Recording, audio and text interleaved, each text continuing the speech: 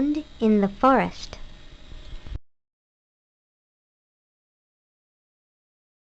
Robin traveled with her father to a rainforest in Panama.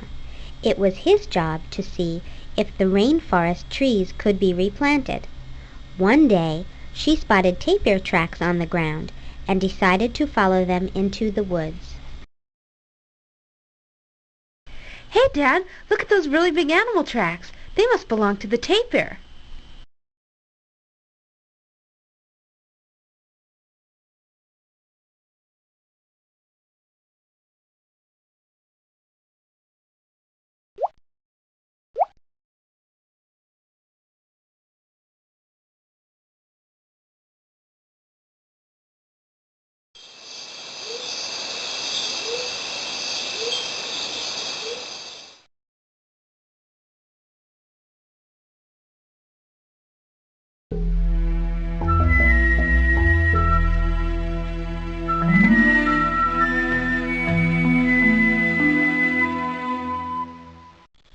In no time at all, she was lost.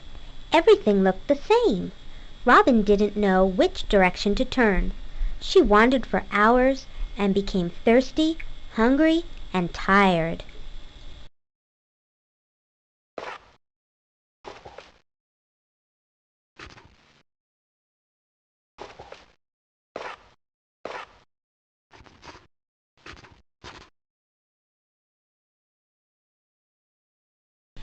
Oh, no, wasn't I just here?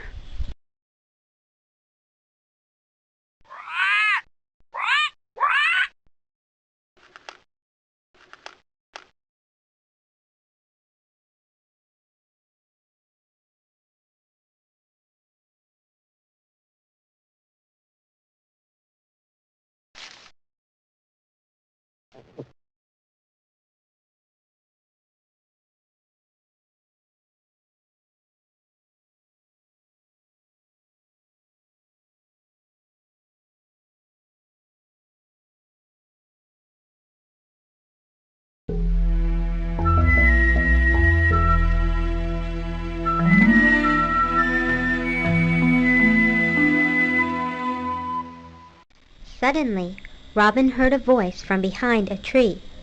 "My name is Miguel, and I live here in the rainforest," he said. "But how can you live in the rainforest? There are only trees, no food to eat, and nothing to drink." Follow me, and I'll show you.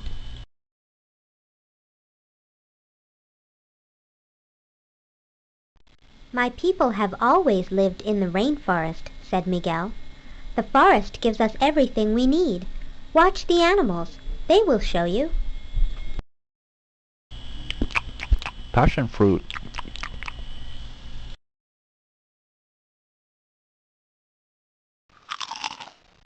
Mmm.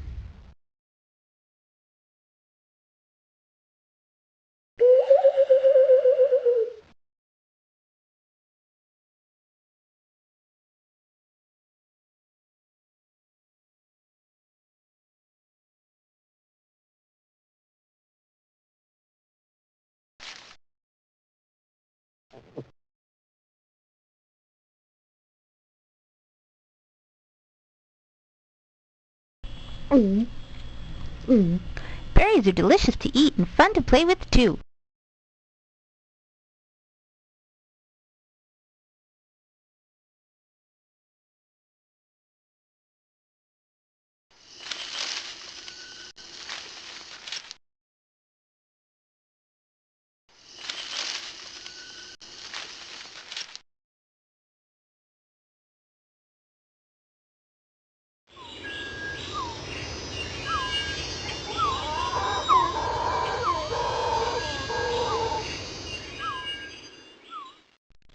Miguel showed Robin where to find water in the rainforest.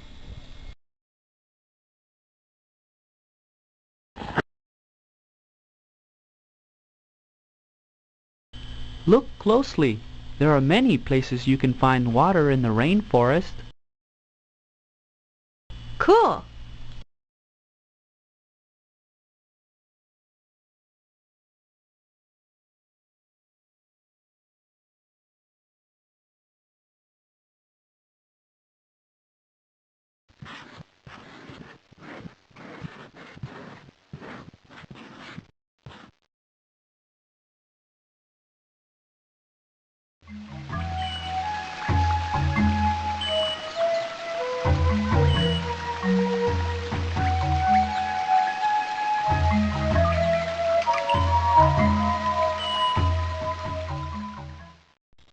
Miguel took Robin to a beautiful place in the forest. There he showed her how he hunts for food. The fish don't always hold still, but we catch plenty to eat.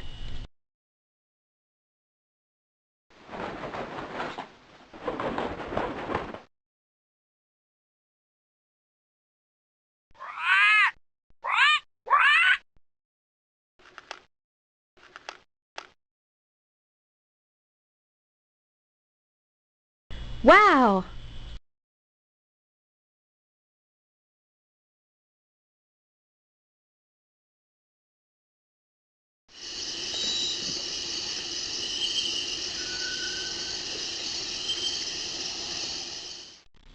Robin could never have guessed there was so much life in the rainforest. In every direction she turned, she saw something new. She couldn't wait to tell her father about all of the exciting things she had seen.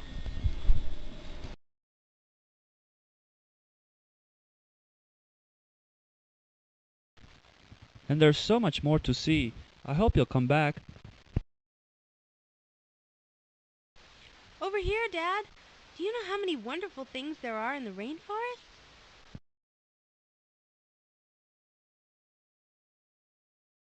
There you are, Robin. Where have you been all day?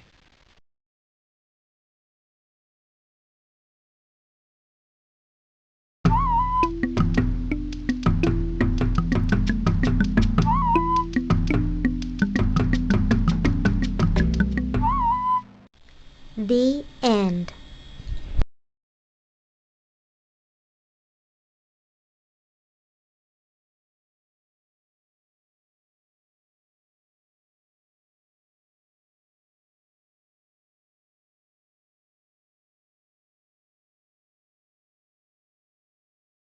The richest living environments on Earth.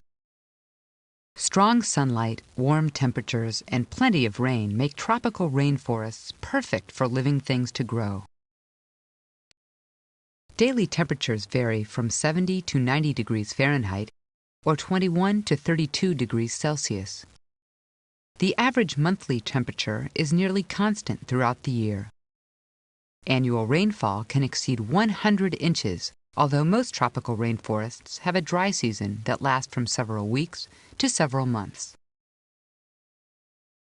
Tropical rainforests are treasure chests of the Earth's living things.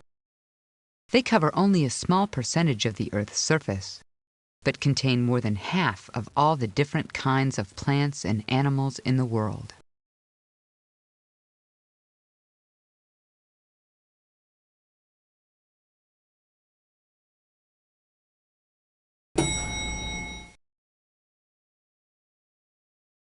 In all of Great Britain, there are only 3 different kinds of frogs.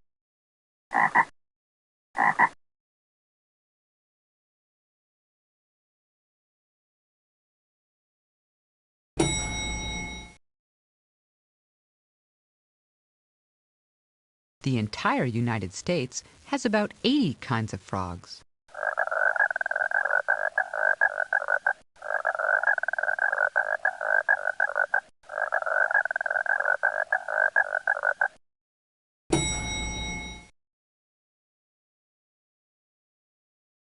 Ecuador, a small South American country that is about half covered with rainforest, has more than 300 different kinds of frogs. This is only one example of the great variety of animals in a rainforest. Rainforests are very special environments because of their biodiversity, or great variety of living things.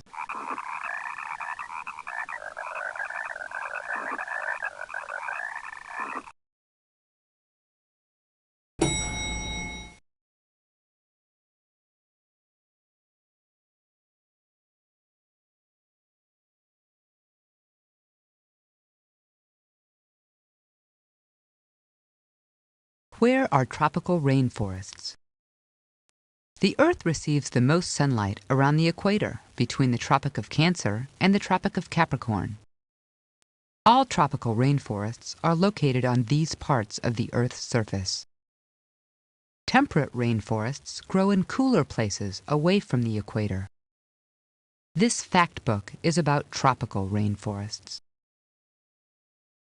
Tropical rainforests throughout the world are different from each other. Every tropical rainforest includes some special animals and plants that are not found in any other rainforest.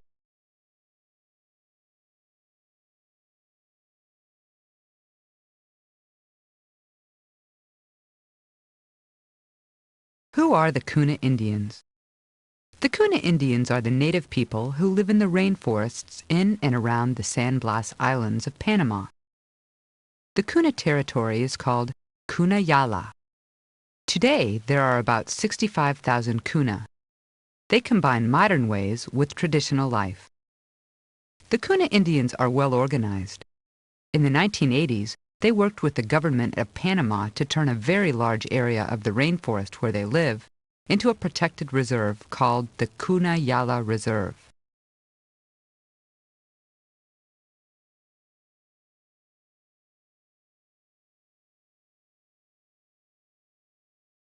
The Kuna people. Kuna Indians speak their own language called Tule Gaya. Many of the Kuna also speak Spanish. Some go to school to learn to read and write, and then go on to college. The Kuna Indians are short and strong people. Kuna Indians usually have dark hair and golden brown skin. A few Kunas, called moon children, are albinos with very light hair and skin.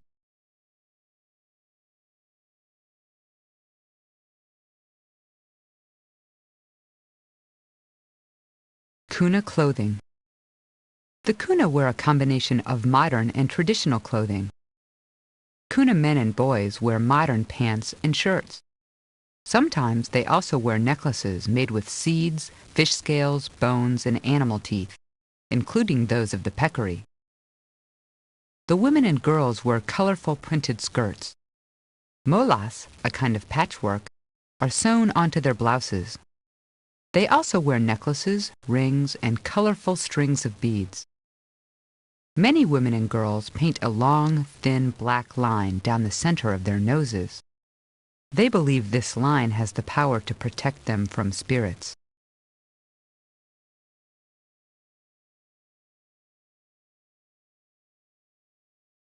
Kuna girls.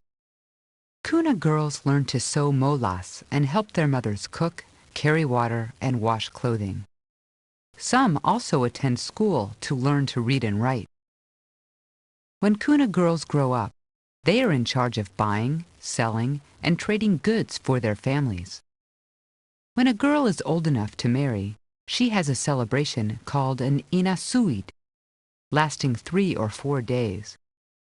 During the celebration, her hair is cut because only young Kuna girls have long hair. The girl is given gifts, a new name, and her own special mola to wear. Afterward, she can marry.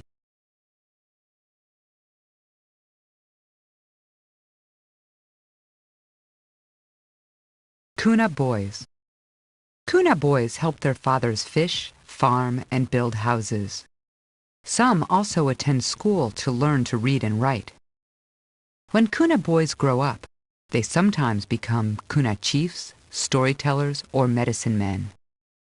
In the past, a Kuna boy was selected by a girl's parents for marriage. The boy's friends kidnapped him and took him to the girl's hut. If he ran away, his friends would bring him back up to 3 times. If he stayed the 3rd time, the couple were married. Today, young Kuna have more freedom to select their own mates.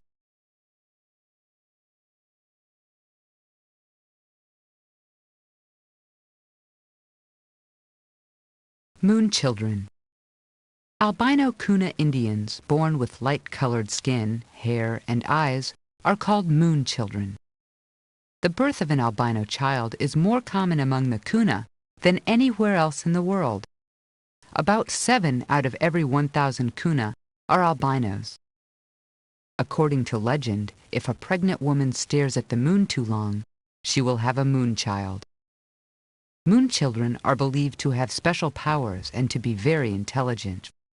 If there is an eclipse of the moon, the Kuna believe that only a moon child can save the village from harm.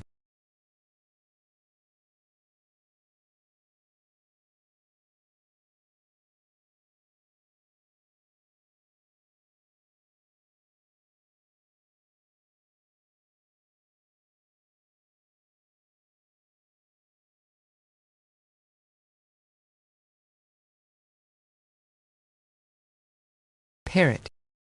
There are many different kinds of parrots in rainforests. Each kind of parrot uses different sounds to communicate. Some kinds of parrots can learn to repeat words. Parrots have hooked bills that are perfectly suited for scooping up fruit or cracking seeds. Many kinds of parrots are in danger of extinction because so many have been taken from the rainforests. For every parrot that makes it to the pet shop, many more die when they are captured or shipped to the store.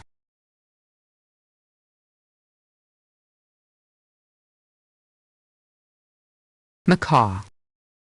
Macaws are large parrots that can be up to 3 feet or 90 centimeters long from head to tail.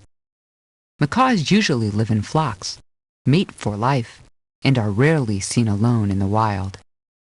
Many kinds of macaws are in danger of extinction because so many have been taken from the rainforests.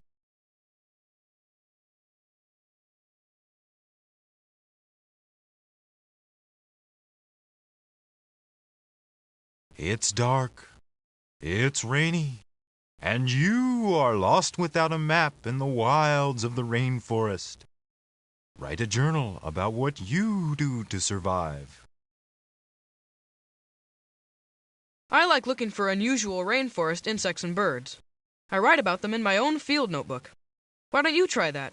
Include pictures and descriptions of what you like best. Here's a story idea. Think of something ordinary and pretend it has surprising talents, like a boy who can swing in the trees like a spider monkey, or a girl who can shrink to the size of an insect. One night I dreamed I was living in a rainforest tree fort. Monkeys delivered bananas to my door each morning, and I drank coconut milk with my lunch. And guess what happened at dinner?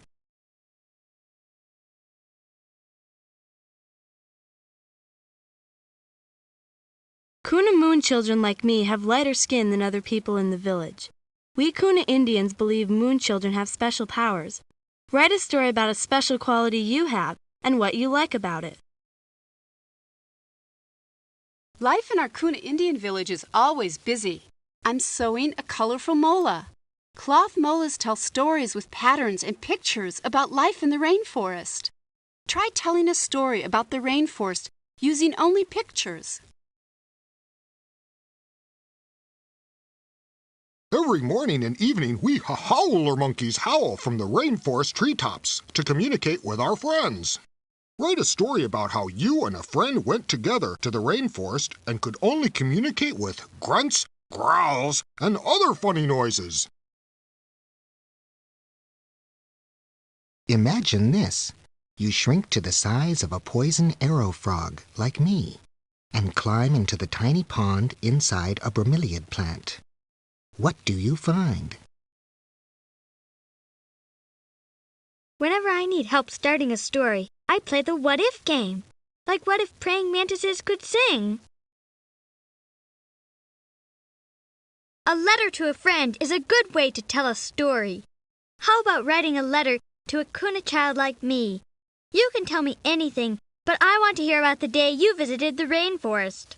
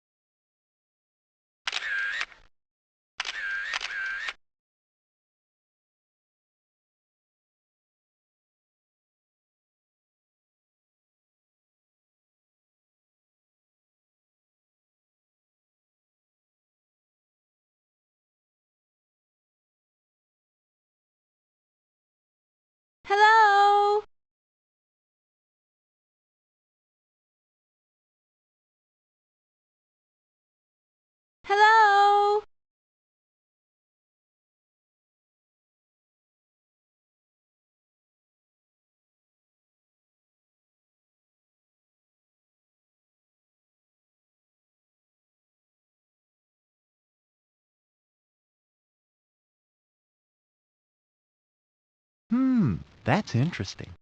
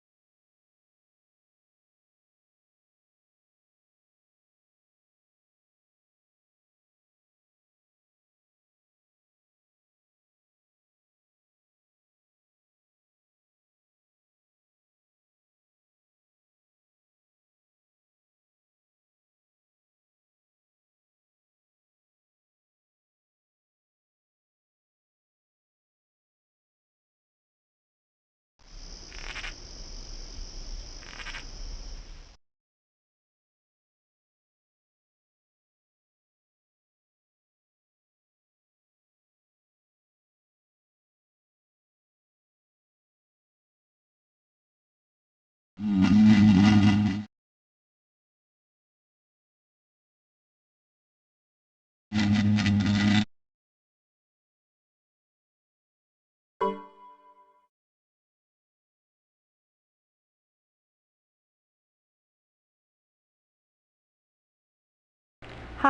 I'm Donna Stanger. I've been developing software for 14 years and was a teacher for 20 years before that. I've always been fascinated by how children learn and how we can help them.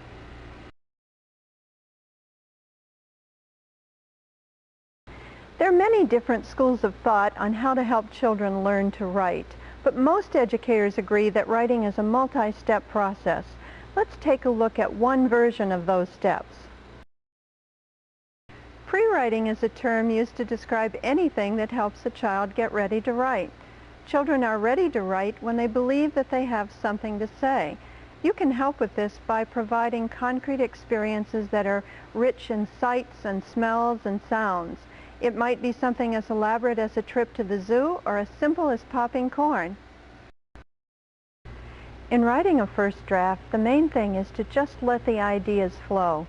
Don't worry about spelling or punctuation or even the order of things. You can go back and reorder later. Just help your child get the ideas out.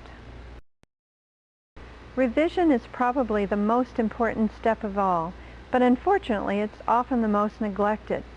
Parents and teachers can work together to help children recognize that writing is a process. A first draft can be changed and played with until it says exactly what you want it to say. Maybe the ending can become a beginning, or maybe not.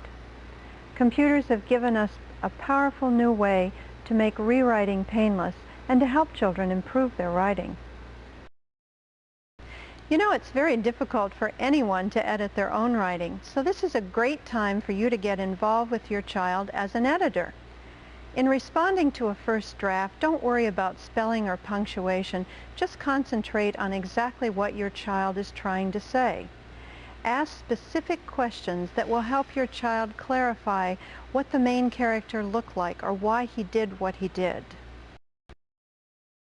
All of the picky corrections should be saved for the proofreading stage. Help your child cross the T's and dot the I's, but be sure that these corrections don't become more important than the writing itself. Publishing is an opportunity for your children to share their writing, and an added opportunity for you to demonstrate your pride in their work. Tools like Imagination Express allow publishing to take many forms. A poem hung on the refrigerator, a beautiful printed book sent to Grandma, or an interactive story created to share with a friend.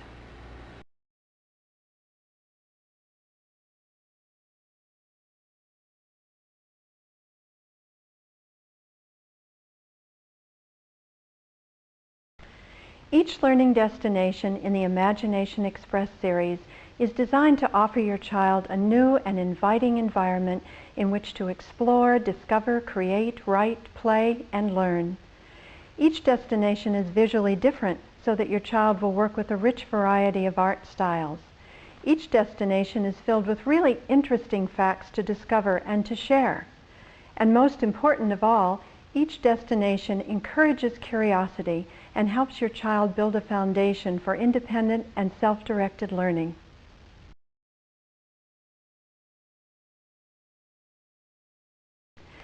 Destination Rainforest can be used by children of all ages. Most young children love animals, and many are fascinated by insects. You might begin by helping your 5-year-old choose one of the zoom backgrounds that bring things up close so she can look at the dew on a beautiful orchid or at little pools of water caught in a bromeliad.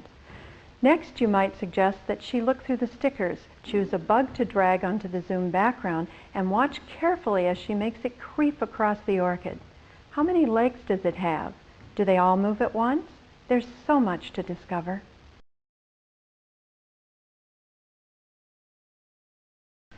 Perhaps your son is ready to discover that the very best research and learning happens when he wants to know something.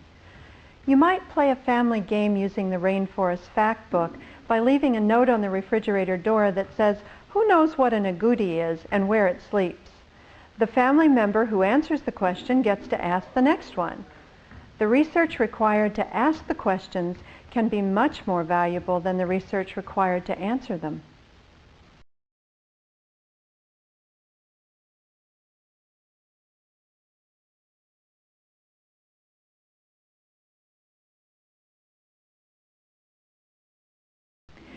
Children write the most when they write about subjects that interest them and when they have an audience for their writing. Encourage a letter to a grandparent sharing what your child has learned about the rainforest, or the creation of a nonfiction book with information about unusual plants and animals, or an animated multimedia picture book made for a younger brother or sister. You might even try co-writing a story with your child, each of you adding one page every other day.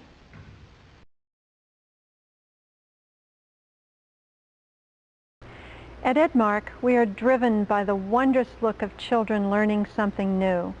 Our goal is to ensure that if Edmark's name is on the product, there's a world of learning inside.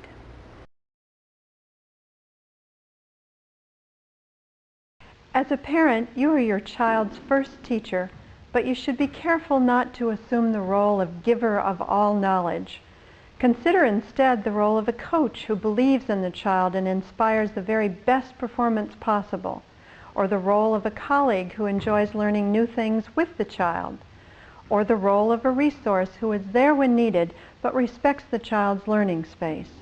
The strongest teaching is through your own actions. Does your child ever see you write something over again because you know it can be better and you want to improve it?